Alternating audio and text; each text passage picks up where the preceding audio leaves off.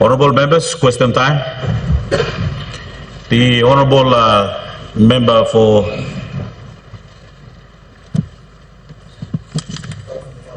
Karamui-Nomane. Thank you, Mr. Assistant Speaker. For the record, it's Karamui-Nomane. My question without notice is directed to the good Minister for Administrative Services. This is regarding the ongoing national census. We have been receiving a mix of reporting in the mainstream media about some provinces completing their census, some halfway through, some not even starting. So perhaps, Mr. Assistant Speaker, to you, can the good minister inform the people of this country through this House as to the status? Very important exercise. Thank you. The Honourable Minister for Admin Services. Thank you, Mr. Speaker, and let me thank the good member from Karamui-Nomane for his very important question. Respond directly to his question, Mr. Speaker. Let me just give a overview of, in contrast with the 2011 census, so there is some between in 2011 and the current census that we are now undertaking. Honourable Minister, I would like you can provide your statement later. Question to that question. Time for. Thank you, Mr. Speaker. I'll be brief in that response. In 2011, the census that was the fund issued in 2009. In 2010, the National Statistics Office conducted what they call the household listing survey, which is part of the population count. In 2011, the population census was then conducted. In 2013, the preliminary population count was announced. In 2014, the official census count was announced. So, Mr. Speaker, in contrast with what we are doing today, it took about 5 years to announce from the initial funding allocation to when the census was officially concluded. Today, we have completed most of our counting, and it's only taken us about 6 months to get to where we are. We have already completed well over 333 LLGs, with 32 currently synchronizing. So, Mr. Speaker, from that current synchronization that's taking place, Southern only has 3 more LLGs to complete their syncs. Highlands has about 12 to complete their syncs, LLGs. Momase has about 15 LLGs to complete their sync, and Islands region has already completed their sync. So, Mr. Speaker, so far within 6 months, we have progressed relatively slow, but Mr. Speaker, we are confident that because of so many different challenges that we went through during this particular event, we are concluding within the 6 months period that we estimated to complete. And when we compare it to the last one, it took about 5 years. So, Mr. Speaker, whilst I appreciate the important question, but we also must understand that in contrast to the previous census population count, it took 5 years to conclude, while we should conclude this within months. Thank you, Mr. Speaker. The Honourable Member for Wabek. Thank you, Deputy Speaker.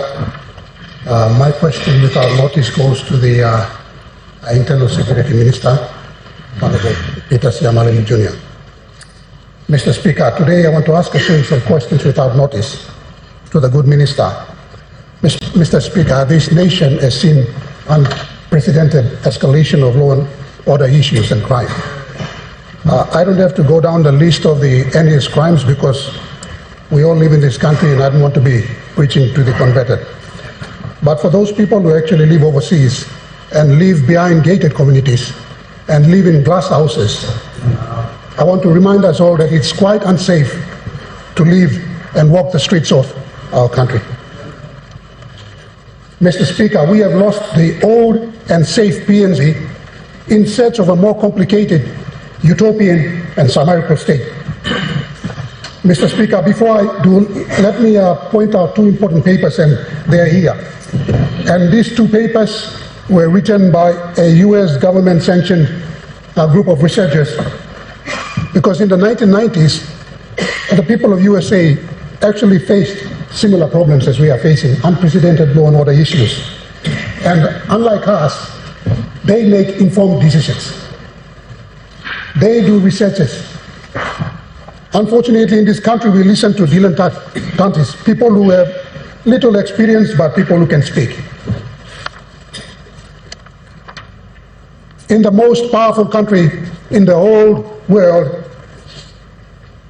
they base their policies based on researches and scientific data, Mr. Speaker.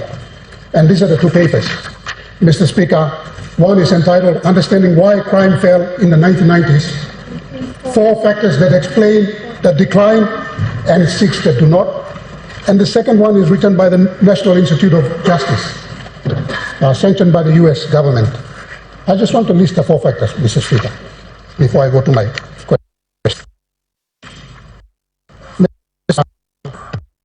4 factors that show, this is a literature review that was done, a systemic literature review was done. And the factors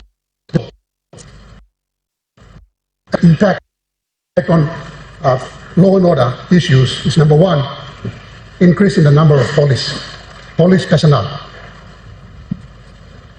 Number 2, rising prison populations. What that, Mr. Speaker, what it actually means is that arrests are being done by the police. People are being arrested. Number 3, waiving crack epidemic.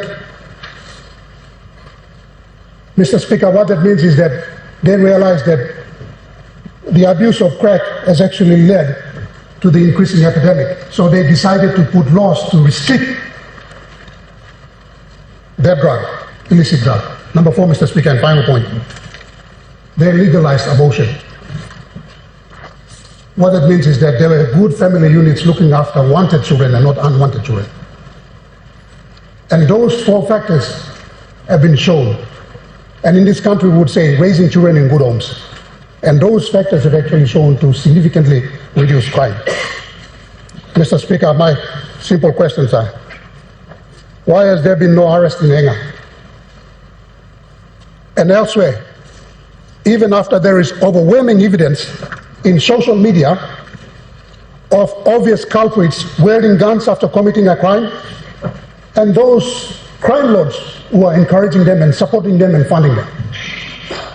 Number 2, Mr. Speaker, as the government lost its authority, power, and legitimacy to effect arrests, tell the good people of PNG whether the security forces no longer have the power to do arrests. Because in Enga currently, there has not been a single arrest. As the government lost its legitimacy and authority, Mr. Speaker.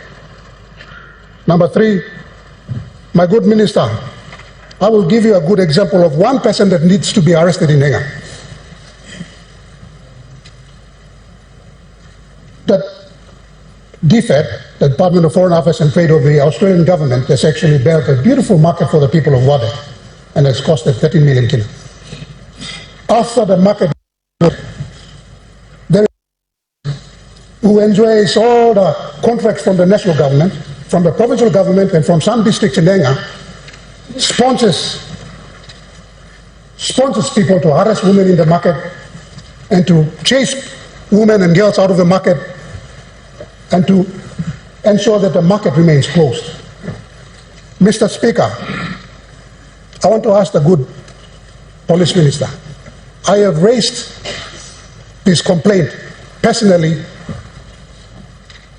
and it's 1 year after my complaints have been raised. There has been no attempt to actually arrest that culprit. My good police minister, I have also reached out to police from other provinces to come on board to arrest this person, because I was thinking that police within the province were sort of, aiding and abetting the convict. So what happens? After spending 3 weeks in the province, the police from outside cannot even arrest him, that culprit, and he lives in the central body. My good police minister, is this not an example of state-sponsored terrorism?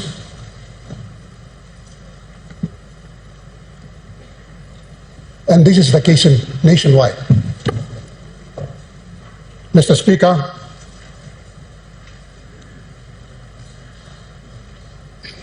a fish sorts from the head. And when we have two sets of laws, one for ourselves in this parliament with our cronies, and one for the ordinary people on the streets, you will see escalation of law and order in the country. That's the problem. It is a travesty of justice. Yeah. Mr. Speaker, through you, Mr. Minister, can you tell the people of PNG today that you've been unfairly vilified by the people of this nation for the dismal performance of your ministry? You have to be candid and truthful to the people of Papua New Guinea. Are the leaders interfering with your mandated duty? And is this political interference sanctioned by the NSC or the Mara Peroso government? Number 5, why are there no alcohol bans in Nanga and other provinces where there's been a rise in law and order? Recently, I attended a medical symposium in Western Islands, and the CEO for Western Islands provided a stated that trauma was the leading cause of admission to Mount Again General Hospital.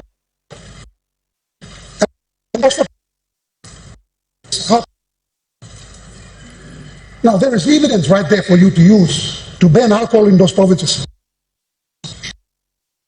Mr. Minister, is it too difficult to ban those? Is alcohol in the lives of the people? Honorable Member for Wabek, we have a point of order. Member for My notice. good brother Wabek,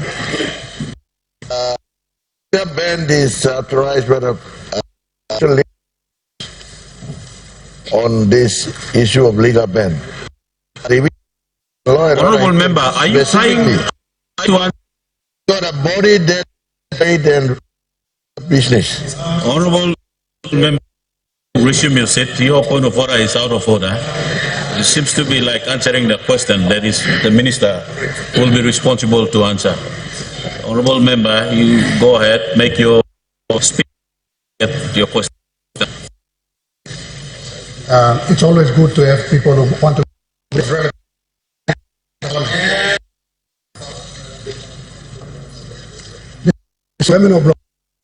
Mr. Speaker, this issue is crippling the country. Recently, there was a heinous crime. Honorable Member, Mr. Speaker, using my minister, we get the establishment that law and order will get a huge chunk of funding in next year's budget. So, Mr. Speaker, can the good minister tell this floor, is he using scientific evidence to make informed decisions, or is he simply listening to politicians? The final question, Mr. Speaker.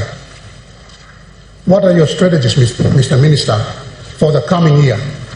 As I'm hearing, law and order will be getting priority in this budget.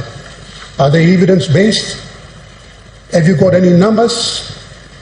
Has the good Minister for Statistics provided you with any numbers in terms of the families, in terms of good families, in terms of people who are living with other people? You know, those are the things that need to be provided to you to make informed decisions. Because we are already sick and tired of listening to people who come on the floor and speak from their limited experiences. Thank you, Mr. Speaker. Honorable Minister for Internal Security, before I ask you questions, let me interrupt you. I, on behalf of the chair, look up at the gallery. We have some students from our schools visiting Parliament and here with us on the gallery. I, on behalf of the Parliament, welcome them to the Parliament. Honorable Minister, you can respond to the question. Thank you, Deputy Speaker. Before I do provide a reply to my good member from Wabeg, Honorable Lino, me like kisim sila time to law, given big la toka mas law from General Hospital. Law continue to provide him service, but me law leaders inside law government because health has always been one of our biggest challenges for this country. So me talk big la mas na acknowledgement. Me give big la talk thank you long. Good la Honorable Member Blomilong asking all this la series of questions.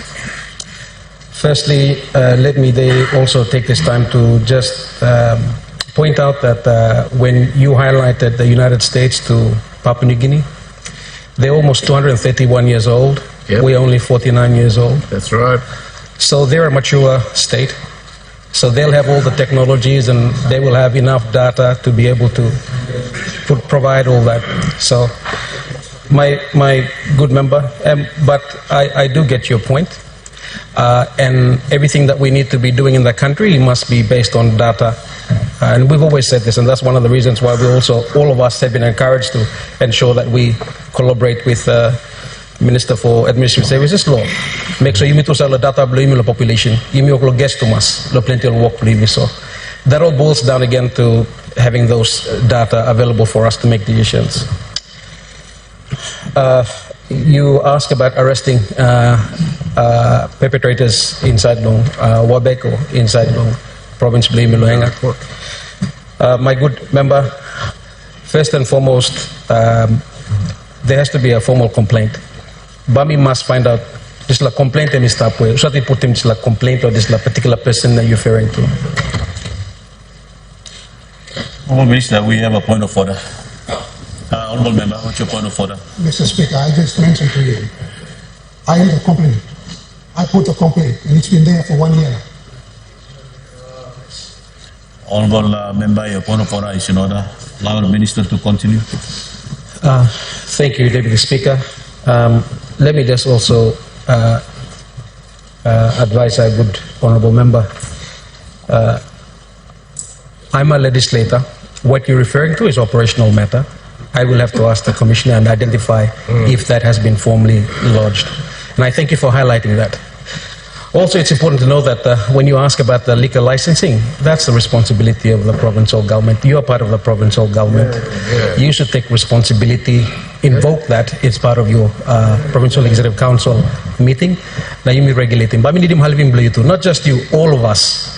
Liquor is a challenge for all of us. And I thank you also for highlighting some of the scenarios that have actually transpired on Bougainville. Law and order, Mr. Pluyimulgata. When it comes to you asking about data, we're not going to look back and say we have not done enough in the past. What I'm going to tell you that now is that as part of this Mara Barroso government, we have made tremendous efforts in terms of our intelligence. We have started strong collaboration with the United States to help us with strengthening our intelligence. And that's a step that we are taking forward now into the future for a better PNG come 2025, celebrating our independence 50th anniversary. So we're working closely with our intelligence from the United States, the country that you highlighted. They've got the ability and capability and understanding of the type of support they will provide to us to ensure that we have enough programs and skill set to be able to provide a sound advice for government. And everything that we must be doing moving forward as a government must be based on intelligence. And that has been one of our biggest challenges that we've faced.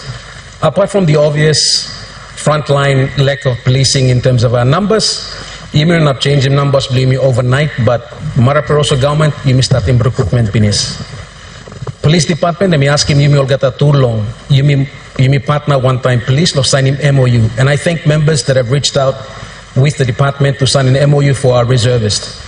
We want to encourage all districts and provinces, particularly districts, to utilize your law and order component of your DSIP to now activate your reservist. Hopefully, you can actually activate a quota of about 100 per district. That will automatically increase.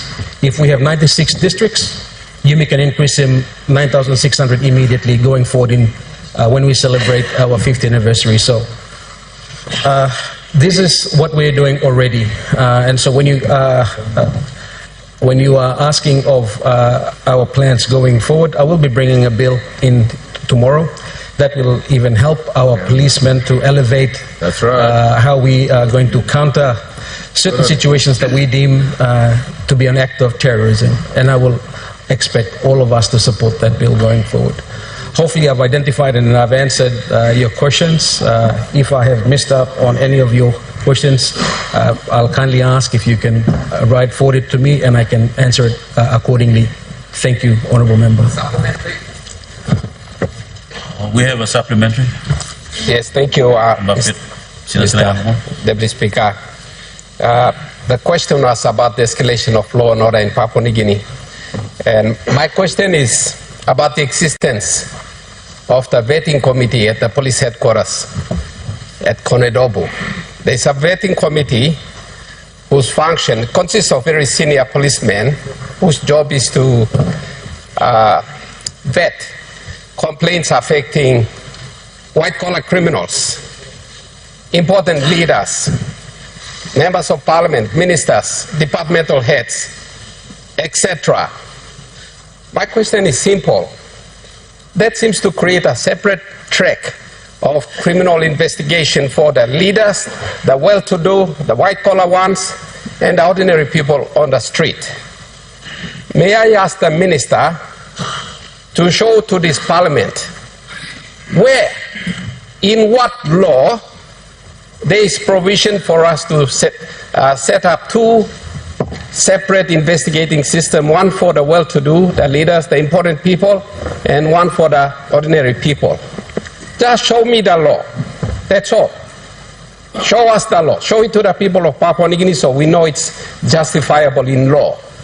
If not, is that part of the bottleneck created, sanctioned, endorsed by the government to protect its own kind, therefore leading to the escalation of crime at the high level, leading to the dilution of respect for the top leadership of this country and the people taking the law into their own hands? Tell me where it says in the law you can do that. Thank you. The Honourable Minister for Internal Security. And if not, can you undertake to disband it right now? The Honourable Minister for Internal Security.